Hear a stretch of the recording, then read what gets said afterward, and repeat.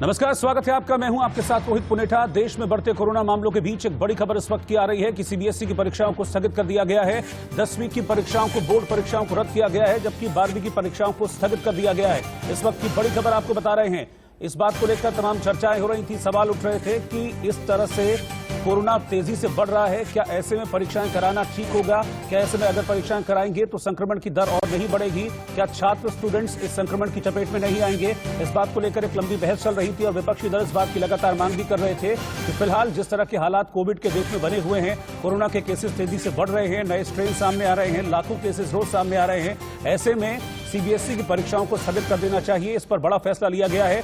10वीं बोर्ड की परीक्षाओं को रद्द किया गया है सीबीएसई की, और 12वीं की परीक्षाओं को स्थगित कर दिया गया है। आगे के हालात को लेकर 1 जून को समीक्षा की जाएगी, फिर यह तय किया जाएगा कि आगे क्या और कैसे करना है। वहीं दिल्ली के मुख्यमंत्री अरविंद केजरीवाल ने सीबीएसई परीक्षा रद्द करने का स्वागत किया है और अरविंद केजरीवाल ने बाकायदा एक ट्वीट किया है और इस ट्वीट के जरिए कहा है कि मैं खुश हूं कि सीबीएसई की परीक्षाओं को रद्द कर दिया गया है। ये लाखों बच्चों और उनके अभिभावकों के लिए राहत की बात है। अरविंद केजरीवाल मुख्यमंत्री दिल्ली, उन्होंने भी ये मांग की थी कि फिलहाल जिस तरह के हालात देश में बने हुए हैं, कोविड के मामले बढ़ रहे हैं, इन मामलों को देखते हुए, इन संक्रमण की दर को देखते हुए फिलहाल सीबीएसई बोर्ड की परीक्षाओं को स्थगित कर देना चाहिए। और अब यह फैसला ले लिया गया है कि 10वीं की परीक्षाएं रद्द हो गई हैं और 12वीं की परीक्षाओं को स्थगित कर दिया गया है, जिसके बाद ये ट्वीट मुख्यमंत्री अरविंद केजरीवाल की ओर से किया गया। उन्होंने कहा कि मैं खुश हूं कि सीबीएसई की परीक्षाओं को रद्द कर दिया गया। दिल्ली के डिप्टी सीएम मनीष सिसोदिया इस पर क्या कह रहे हैं, वो देखते हैं। खुशी है कि देश के लाखों बच्चे, उनके पेरेंट्स और बाकी टीचर्स और बाकी सब लोग भी इंतजार कर रहे थे। हमें खुशी है कि एग्जाम 10वीं क्लास के कैंसिल किए जा रहे हैं और 12वीं क्लास की डेट्स रीशेड्यूल की जा रही हैं। हालांकि मेरा मानना है कि 12वीं क्लास के बच्चों के मन में जो एंग्जाइटी अभी बनी रहेगी रीशेड्यूलिंग की वजह से, वो भी दूर की जा सकती थी। उसकी जगह अगर उनके भी एग्ज़ाम कैंसिल करके और एक कोई दूसरा तरीका निकाल लेते और बच्चे भी इससे आगे बढ़ जाते फिर। लेकिन फिर भी अच्छी बात है कि एग्ज़ाम कैंसिल किए जा रहे हैं या उनके बारे में फ़िलहाल ना कराने का फैसला लिया गया है 12वीं क्लास के एग्ज़ाम के बारे में। लाखों करोड़ों लोग इस बात की अपेक्षा कर रहे थे, इसकी मांग कर रहे थे। हम भी पिछले 4-5 दिन से लगातार इसको उठा रहे थे। मुख्यमंत्री अरविंद केजरीवाल जी ने भी कहा था कि एग्ज़ाम कैंसिल किए जाएं। आज उस बारे में फैसला लिया गया है। हमें खुशी है कि बच्चों के हित में फैसला लिया है। और दिल्ली से राहुल गौतम हमारे संवाददाता इस वक्त हमारे साथ जुड़ रहे हैं। दिल्ली में भी कोविड के केसेस बहुत तेजी से बढ़ते जा रहे हैं, लगातार संक्रमण की दर में इजाफा हो रहा है। हालांकि दिल्ली सरकार लगातार दावा कर रही है कि स्थिति कंट्रोल में है और उनके पास बेड वगैरह की पूरी व्यवस्था है। क्या हाल है दिल्ली में कोविड का, ये हम जानेंगे, लेकिन उससे पहले मैं राहुल के पास चल रहा हूं। राहुल, मुख्यमंत्री अरविंद केजरीवाल ने मांग की थी कि जो बोर्ड की परीक्षाएं हैं उनको रद्द कर दिया जाए, उनको स्थगित कर दिया जाए, और अब हुआ वही है और उन्होंने इस पर अब एक खुशी जाहिर की है। 10वीं की परीक्षाएं रद्द और 12वीं की परीक्षाएं स्थगित।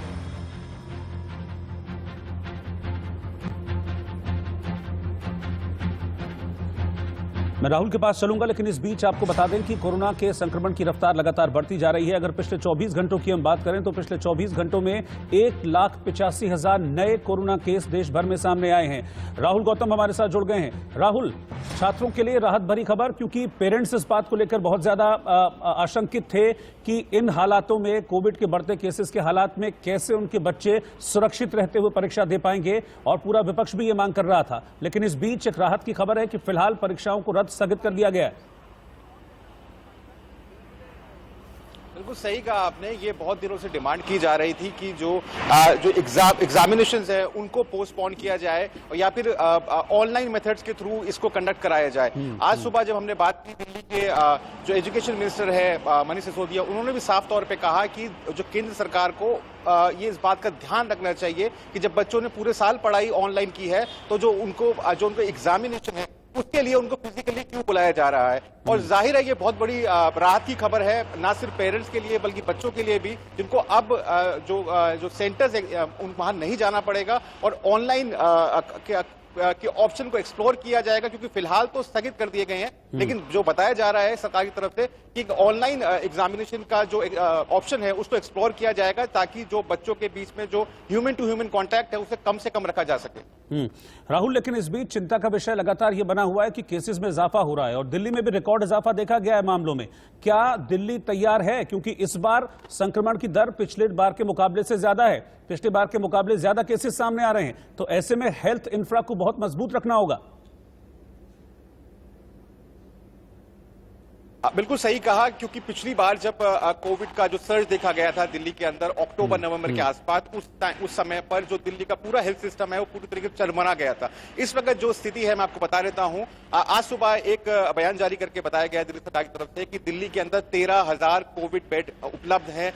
इसके अलावा पर्याप्त मात्रा के अंदर आइसोलेशन सेंटर्स बनाए गए हैं। काफी सारे बैंक्वेट हॉल्स को कन्वर्ट कर दिया गया है आइसोलेशन सेंटर्स में। कई हॉस्पिटल्स जो प्राइवेट हॉस्पिटल्स हैं उनको अटैच किया जा रहा है। तो कोशिश की जा रही है कि जिन लोगों की तबीयत ज्यादा खराब है उन्हीं लोगों को बेड दिया जाए। अन्यथा जो लोग जिनके माइल्ड सिम्टम्स हैं या जिनको सिम्टम्स नहीं है उनको घर पे ही आइसोलेट किया जाए। लेकिन आपने सही कहा, जिस तरीके के नंबर्स आ रहे हैं उससे साफ तौर से ये अंदाजा लगाया जा सकता है कि एक बहुत प्रेशर बन रहा है मेडिकल सिस्टम के ऊपर, और सरकार को इस बात का ध्यान रखना पड़ेगा कि जो बेड की जो नंबर्स है उनको साथ साथ बढ़ाते रहना पड़ेगा, क्योंकि अगले से 20-25 दिन जो हेल्थ एक्सपर्ट बता रहे हैं वो दिल्ली के लिए काफी खतरनाक हो सकते हैं।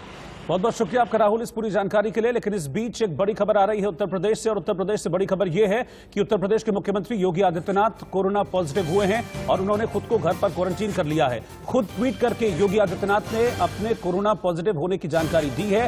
कोरोना पॉजिटिव हुए यूपी के सीएम योगी आदित्यनाथ, उन्होंने कहा, अपील भी की है कि जो लोग पिछले कुछ दिनों में उनसे संपर्क में आए हैं वो लोग भी अपनी जांच करा लें। आपको बता दें कि पहले योगी आदित्यनाथ के कुछ अफसर कोरोना पॉजिटिव पाए गए थे, उनके पीएस और ओएसडी कोरोना पॉजिटिव पाए गए थे। इसके बाद खुद को आइसोलेट कर लिया था योगी आदित्यनाथ ने। उनका टेस्ट कराया गया। टेस्ट के बाद सीएम योगी आदित्यनाथ की कोरोना रिपोर्ट पॉजिटिव आई है। उन्होंने कहा है कि मैंने खुद को आइसोलेट किया है और साथ ही लोगों से अपील की है कि जो लोग पिछले कुछ दिनों में उनके संपर्क में आए हैं वो लोग भी अपना टेस्ट करा लें।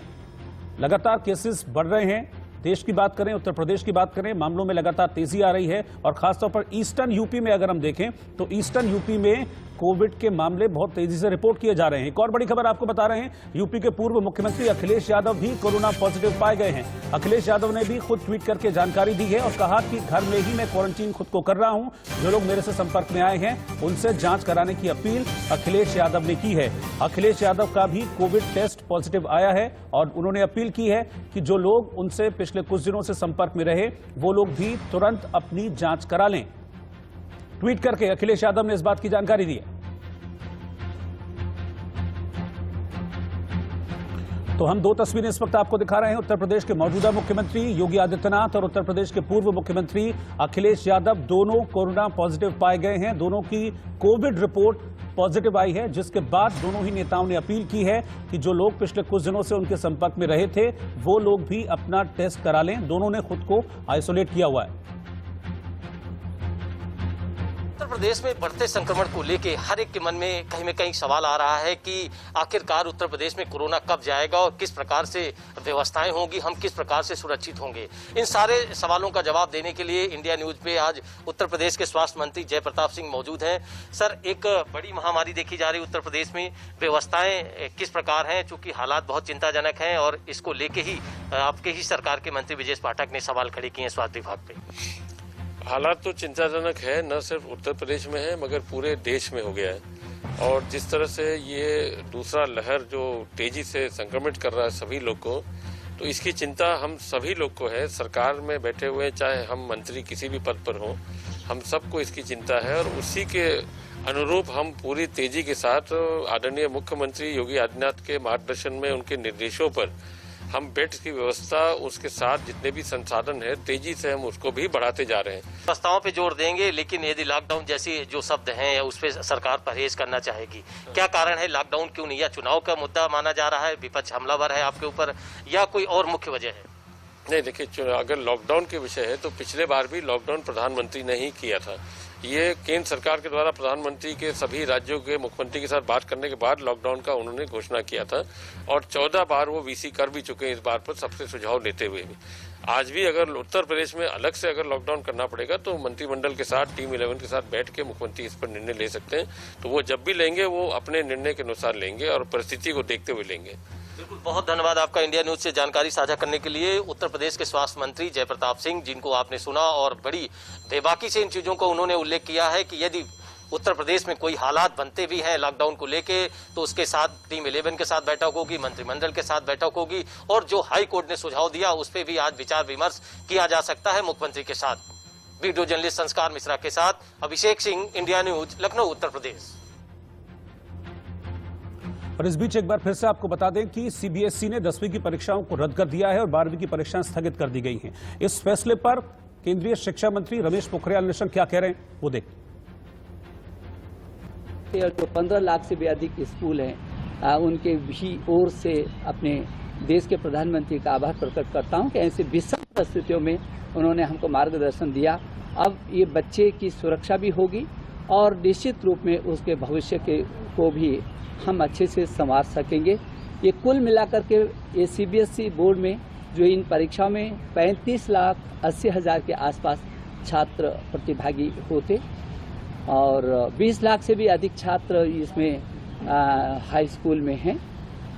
तो मैं एक बार अपने सभी छात्र छात्राओं को शुभकामना देना चाहता हूं कि वो अपने भविष्य को संवारने के लिए पूरी ताकत के साथ अपनी तैयारियों में जुटे रहें और आगे जो भी परिस्थितियां बनेगी हम उनके सुरक्षा के साथ उनके भविष्य के साथ हैं।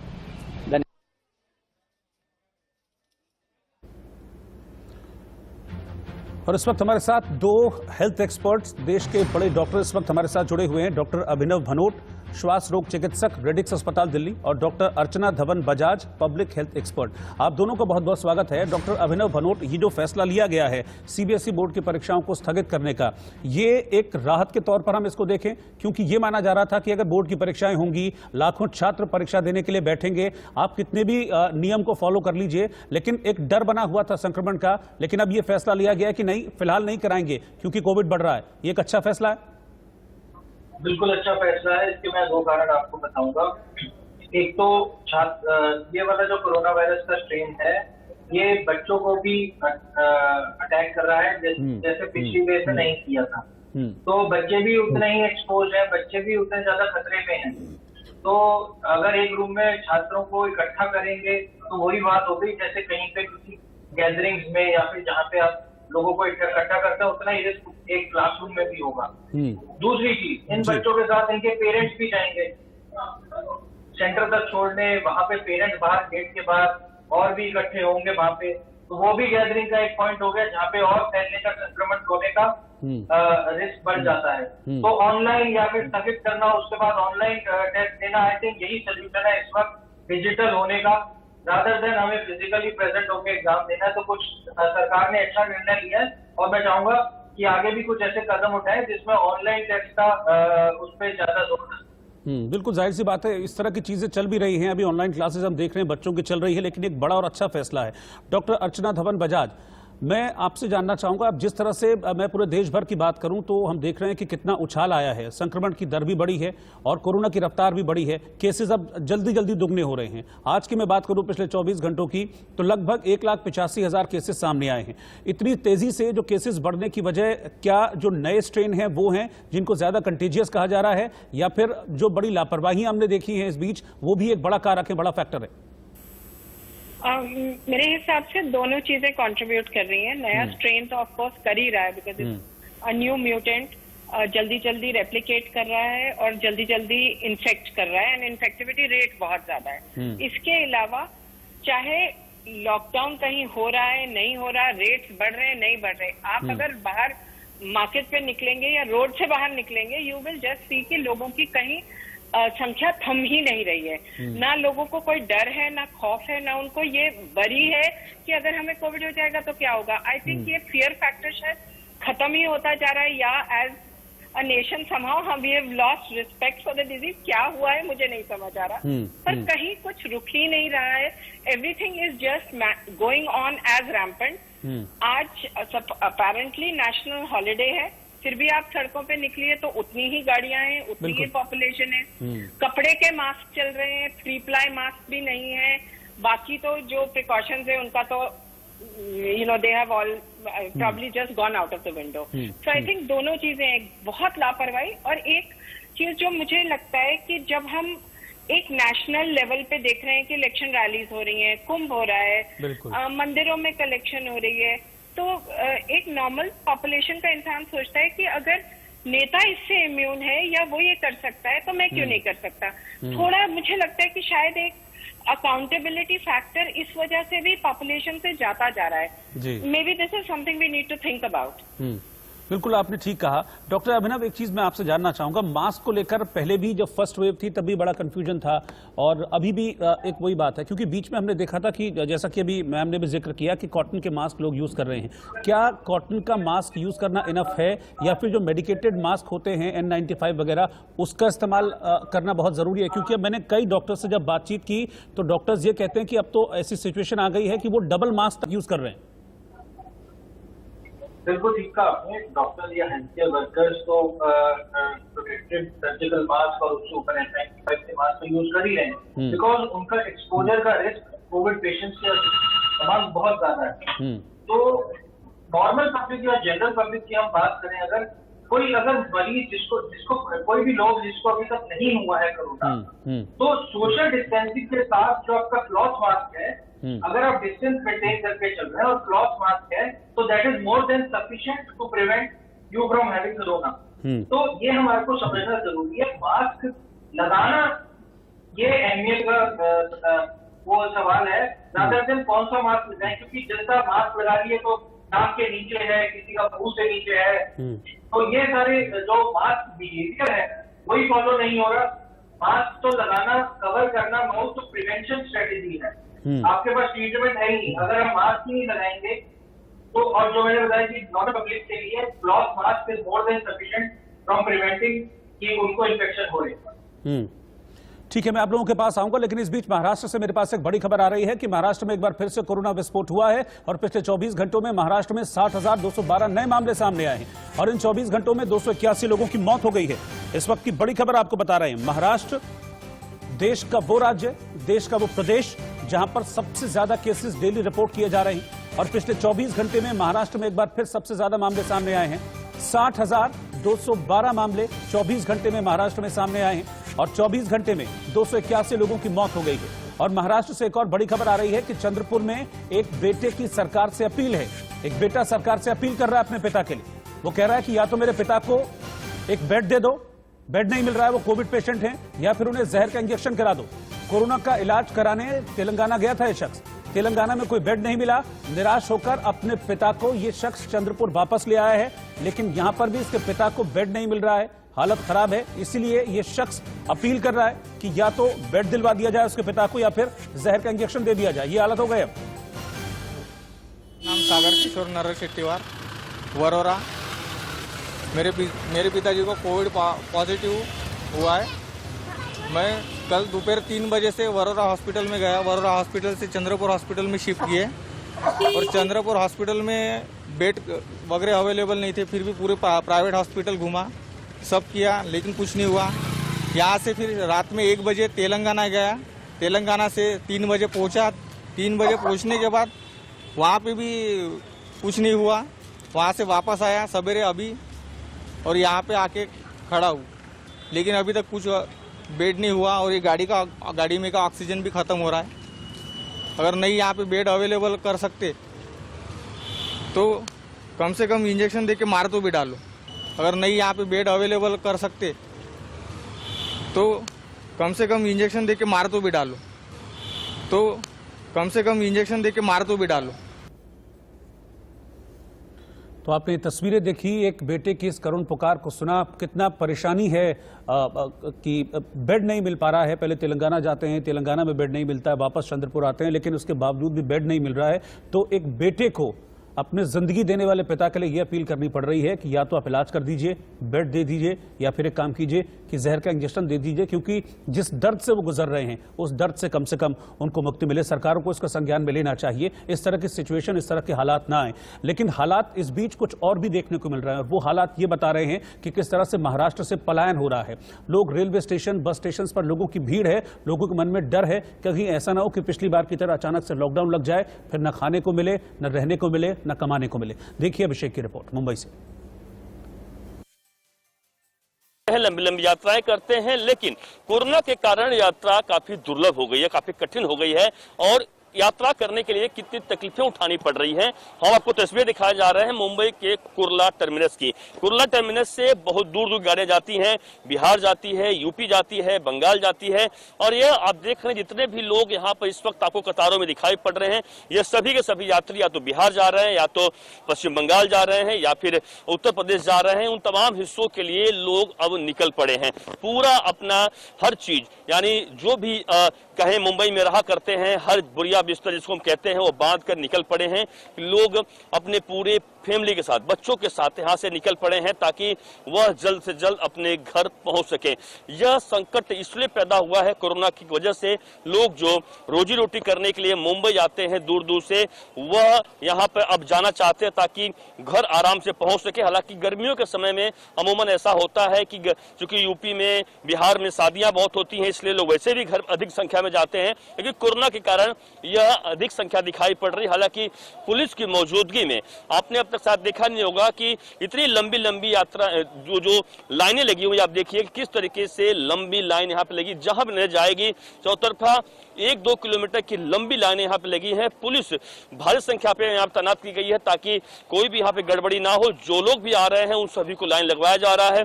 लाइन लगवा कर ही उन्हें स्टेशन छोड़ा अंदर जाने दिया जा रहा है। जिनके पास टिकट कंफर्म है उन्हीं को छोड़ा जा रहा है। बहुत लोग ऐसे हैं जो टिकट कंफर्म नहीं है या उनकी ट्रेनें लेट जाने वाली है, उन लोगों को अंदर अलाउ नहीं किया जा रहा है। लेकिन यह स्थिति देखकर, जो दृश्य आप देख रहे हैं, यह देखकर वास्तव में हैरान करने वाला है कि किस तरीके से कोरोना के महामारी के बीच कैसे लोग अपने घरों की तरफ जा रहे हैं, कैसे लोग पलायन करने को मजबूर हैं। और पिछला साल आपको 2020 याद होगा, कैसे लोग रोड के जरिए, कैसे लोग रिक्शा के जरिए, कैसे प्राइवेट बसों के जरिए, कैसे दूर टैंकरों में बैठकर लोग जाया करते थे। लेकिन इस बार की स्थिति उतनी भयावह लोग नहीं है कह सकते हैं कि हालांकि ट्रेन चल रही है और ट्रेनों के जरिए लोग पूरे परिवार के साथ, देखिए बोरिया बिस्तर लेकर पूरे परिवार के साथ लोग अब अपने घर की तरफ कूच कर रहे हैं, निकल पड़े हैं कि जल्द से जल्द वह अपने घर जाएं। कैमरामैन दाजू के साथ अभिषेक शर्मा, इंडिया न्यूज, मुंबई। मैं डॉक्टर अर्चना के पास आ रहा हूं। डॉक्टर अर्चना, एक बार फिर से वही पिछली बार वाली तस्वीरें सामने आ रही हैं, लेकिन मेरा एक सवाल यह है कि पिछली बार जब ये पेंडेमिक आया था तब ये नया था और ये कहा गया था कि लॉकडाउन हम इसलिए लगा रहे हैं कि हेल्थ इंफ्रा को हम मजबूत करेंगे और उसके बाद फिर इस तरह की दिक्कतें नहीं आएंगी। लेकिन 1 साल गुजर गया, उसके बाद भी आपको लगता है कि हेल्थ इंफ्रास्ट्रक्चर उतना मजबूत अभी तक नहीं हो पाया है? क्योंकि कई जगह से ऐसी रिपोर्ट्स हैं कि ऑक्सीजन की कमी है, कई जगह से ऐसी रिपोर्ट्स हैं कि इलाज नहीं मिल रहा है, बेड नहीं मिल रहा है, लोग सड़कों पर पड़े हुए हैं, लोग इधर उधर भाग रहे हैं, उनको बेड नहीं मिल रहा है, बिना बेड मिले लोग जान गंवा दे रहे हैं। यहाँ पर अगर आप सिचुएशन को देखेंगे ना, there are always 2 sides to a coin. एक तो we are a very hugely populated country. आप हमारा इंफ्रास्ट्रक्चर कभी भी दुनिया की किसी और पॉपुलेशन से नहीं कंपेयर कर सकते। एक, हमारी आबादी ज्यादा है और पर स्क्वायर किलोमीटर पॉपुलेशन या number of people over a certain area of space बहुत ज्यादा है। इसमें हम कितना भी अपना इंफ्रास्ट्रक्चर स्टेप अप कर दें, कुछ भी कर दें, और जब हालात ऐसे होंगे कि एक पेंडेमिक होगा, पेंडेमिक का मतलब पेंडेमिक है, it is affecting everybody pan across the world. तो इस तरह से इंडिया को भी उसी तरह से वो इफेक्ट करेगा और उतनी ही सिवेरिटी होगी। तो infrastructure will take time to come up to that requirement. तो ये कहना कि हमारा इंफ्रास्ट्रक्चर मीट नहीं कर रहा या हमारी मेडिकल सेटअप एडिक्वेट नहीं है, वो गलत होगा। We have quite a lot of available resources. वो रिसोर्सेज इंटेलिजेंटली मैनेज होने जरूरी है और उससे ज्यादा जरूरी है कि हम डिजीज को कंटेन करें। मतलब ये तो कुछ एक विडंबना ही हो गई कि डिजीज को बढ़ने दें, बढ़ते जाने दीजिए और infrastructure, medical infrastructure availability of उसको बढ़ाते जाओ। Can we not limit the disease and step up our infrastructure, both these things moving simultaneously? बीमारी बढ़ती जाएगी फिर तो इंफ्रास्ट्रक्चर कभी भी नहीं कोप कर पाएगा। तो यानी कि जो इंफ्रा हमारे पास है, जो रिसोर्सेज हमारे पास हैं, उनको इंटेलिजेंटली मैनेज और यूज किए जाने की जरूरत है। डॉक्टर अभिनव भनोट, एक चीज मैं आपसे जानना चाहूंगा, क्या मोर्टेलिटी रेट को हम कंट्रोल कर सकते हैं और किन परिस्थितियों में कंट्रोल कर सकते हैं? अगर अर्ली डिटेक्शन हो जाए या शुरुआत में लोग टेस्टिंग करा लें तो क्या हम मोर्टेलिटी रेट को रोक सकते हैं, कम कर सकते हैं? ये भी 2 चीजों पर डिपेंड करता है। एक तो वायरस की विरुलेंस कितनी है और दूसरा ये डिपेंड करता है जो आपने बोला अर्ली डिटेक्शन। इस डिजीज को आप जितनी जल्दी से जल्दी पकड़ पाए और उसको टैकल कर लिया जाए तो मोर्टेलिटी उतनी ही कम हो जाती है। बट जैसे मैंने आपको बताया कि वायरस का स्ट्रेन जो पिछली बार वाली वेव से इस बार वाले जो म्यूटेंट स्ट्रेन है ये थोड़े अग्रेसिव है, ज्यादा ट्रांसमिसेबल है, ज्यादा ही इन्फेक्टिव भी है। तो इन्फेक्टिविटी वायरस की प्लस बॉडी की इम्यूनिटी और अर्ली डिटेक्शन, ये 3 फैक्टर्स बहुत इंपॉर्टेंट है इस डिजीज में जो हमें देखने चाहिए। जितनी जल्दी अर्ली डिटेक्ट करने पेशेंट के वाइटल मॉनिटरिंग करते रहें और जब उसको आईसीयू की जरूरत पड़े तो तुरंत उसे आईसीयू मिल जाना चाहिए। जैसे आपने बताया था कि आदमी को आईसीयू नहीं मिल रहा था तो ऐसी बातें वो कर रहे थे। तो अर्ली डिटेक्शन बहुत इंपॉर्टेंट है, यानी कि टेस्टिंग का फेज बहुत इंपॉर्टेंट है। शुरू में अगर 1-2 दिन आपको लग रहा है कि बुखार है या इस तरह के सिम्टम्स हैं तो आप तुरंत टेस्ट कराएं। अर्ली डिटेक्शन होगा तो मोर्टेलिटी रेट को हम काफी हद तक कम कर सकते हैं। डॉक्टर अभिनव, डॉक्टर अर्चना, आप दोनों का बहुत बहुत स्वागत है। लेकिन इससे पहले कि मैं ब्रेक पर जाऊं, एक बड़ी खबर आपको बता दें। रांची से दिल दहला देने वाली खबर और तस्वीर सामने आई है। अस्पताल के बाहर एक कोरोना मरीज ने दम तोड़ दिया। उसकी बेटी का रो रो कर बुरा हाल था। बेटी ने मंत्री को भी, वहां पर मौजूद थे मंत्री, उनको खरी खोटी सुना दी। बेटी का कहना है कि मैं डॉक्टर चिल्लाती रही, कोई डॉक्टर नहीं आया और मेरे पिता ने दम तोड़ दिया। क्या मेरे पिता को वापस लाकर देंगे?